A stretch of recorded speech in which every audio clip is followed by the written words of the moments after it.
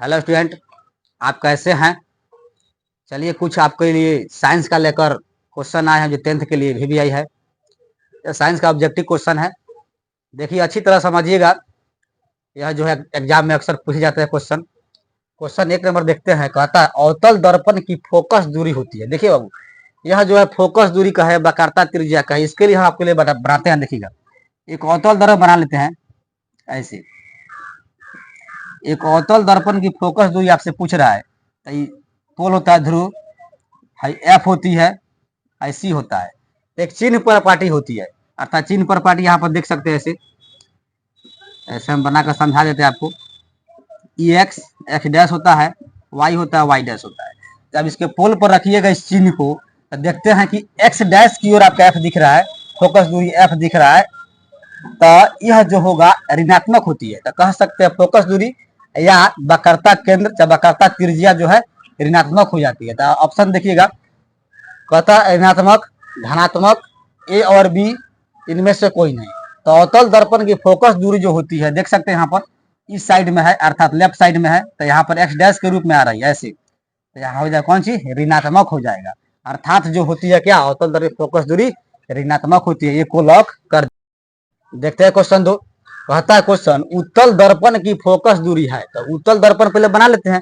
तो उत्तल दर्पण देखिए ऐसे बनता है, जो भीतरी सतह पर कलाई की गई रहती है। तो यहाँ पोल होता है, यहाँ एफ होती है और यहाँ पर सी होता है, ठीक है ना।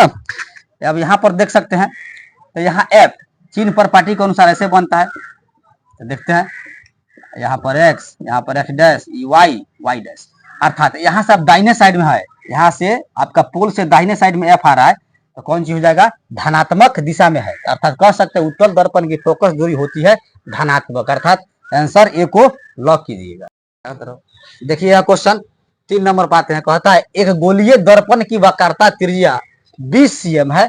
तो कहता है इसकी फोकस दूरी क्या होगी। सबसे पहले जानते हैं गोलीय दर्पण की वक्रता त्रिज्या फोकस दूरी क्या दी होती है, अर्थात फॉर्मूला अप्लाई कर देते हैं एफ बराबर r/2। देखियो विद्यार्थी, गोलीय दर्पण की फोकस दूरी जो होती है वक्रता त्रिज्या की आधी होती है। तो यहाँ पर आपके वक्रता त्रिज्या दे दिया है, r दिया हुआ है 20 cm। तो f निकालना है, कौन सी निकालना है, f निकालना है, फोकस दूरी निकालना है। तो f बराबर r, यहाँ पर r कितना 20 cm है, r/2। जब कटेगा तो कितना आ जाएगा, f बराबर 10 cm आ जाएगा। अर्थात ऑप्शन खोज लीजिएगा।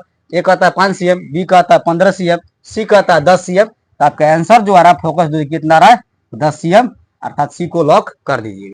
देखते हैं क्वेश्चन 4 कह रहा है यदि अवतल दर्पण की फोकस दूरी 10 cm है, अर्थात फोकस दूरी दिया 10 cm, तो कहता है वक्रता त्रिज्या ज्ञात कर। देखिए बाबू, जब इस तरह क्वेश्चन आता है, फोकस दूरी दिया रहे, त्रिज्या निकालना हो, चाहे त्रिज्या दिया रहे, फोकस दूरी निकालना हो, तो फॉर्मूला लगाते हैं एफ बराबर r/2। तो यहाँ पर देखिएगा फोकस दूरी दे रखा है 10, तो फोकस दूरी के लिए एफ इस पर 10 cm सेट कर देंगे, बराबर r तो निकालना है r/2। तो इस समय बटा में यहाँ है, तो बटा 1 करके तिरछा तिरछी गुना क्रॉस मल्टीप्लाई, तो r/r। लेकिन एक और चीज, ये अवतल दर्पण जो फोकस दूरी होती है, समझिए अवतल दर्पण बनाते हैं। ये अवतल दर्पण हो गया आपका, यहाँ पर P F C। तो अवतल दर्पण की फोकस दूरी यहाँ देखते हैं चिन्ह पर पार्टी के अनुसार ऐसे। तो यहाँ पर x x डैश, y और यहाँ y डैश। तो यहाँ देखिएगा पोल से उठाइएगा ध्रुव से, तो यहाँ जो ऋणात्मक मिलेगा, अर्थात अवतल दर्पण की फोकस दूरी ऋणात्मक मिलने वाली है। तो यहाँ पर आप -10 को सेट कर दीजिएगा, ठीक है ना। अब देखिएगा r/r 10 दूना 20, माइनस में 20 cm। अर्थात कह सकते हैं जो आपका त्रिज्या आने वाली है, वक्रता त्रिज्या आने वाली है -20 cm। अर्थात ऑप्शन में मिल जाएगा सी को लॉक कर दीजिए।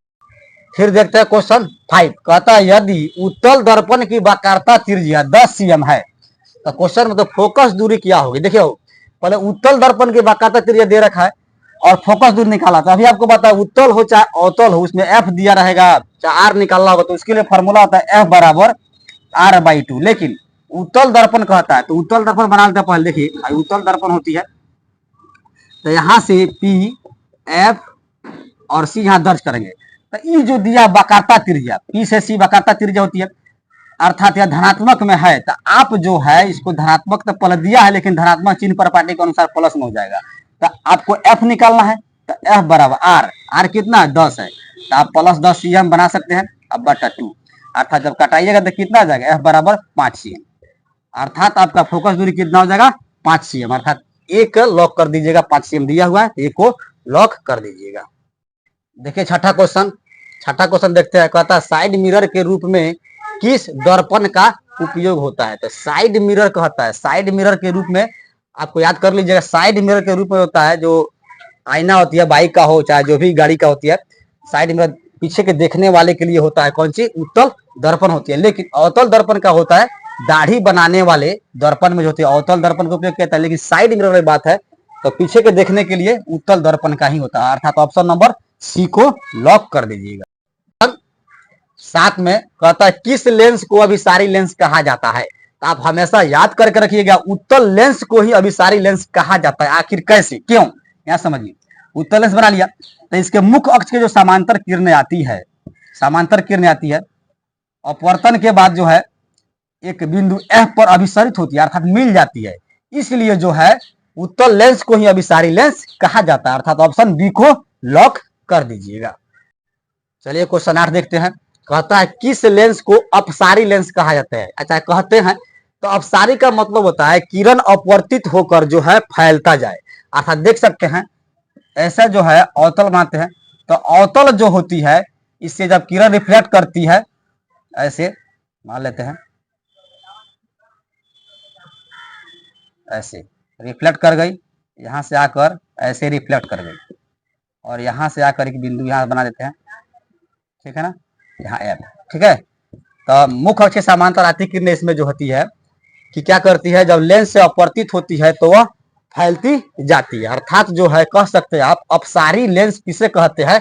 तो अवतल जो होती है लेंस को अपसारी लेंस कहता है, अर्थात ऑप्शन नंबर ए को लॉक कीजिए। देखिए 9 नंबर क्वेश्चन कहता है लेंस की क्षमता कैसा ही मात्रा होता है? लेंस की क्षमता कैसे मात्रा याद करके रखिए, चूंकि यह बोर्ड वाला क्वेश्चन होता है, अक्सर एक क्वेश्चन पूछे गए एग्जाम में। तो लेंस की क्षमता कैसा ही मात्रा डायऑप्टर होता है, यदि डायऑप्टर रहेगा तो रहेगा, नहीं तो एक और होता है मीटर पर -1, मीटर और -1 यदि एग्जाम में देता ऑप्शन में तो इसको लॉक करिएगा, और नहीं तो डायऑप्टर का संकेत रहेगा डी तो डी को लॉक कीजिएगा, नहीं तो हिंदी में रहेगा डायऑप्टर तो डायऑप्टर को लॉक कीजिएगा। आंसर नंबर बी को आप लॉक कर दीजिए। ये क्वेश्चन 10 को देखते हैं। कहता है तरंग दैर्घ्य का ऐसा ही मात्रक होता है। तरंग दैर्घ्य का ऐसा ही मात्रक क्या होता है?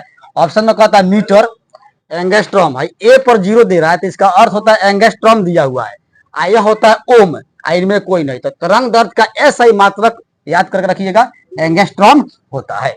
बी को लॉक। देखिए बाबू एक बात बता रहे हैं आपको जो दिल को छू जाएगी, समय को आप बर्बाद मत कीजिए, क्योंकि समय को आप बर्बाद कीजिएगा ना तो आपको एक दिन समय खुद बर्बाद कर देगी।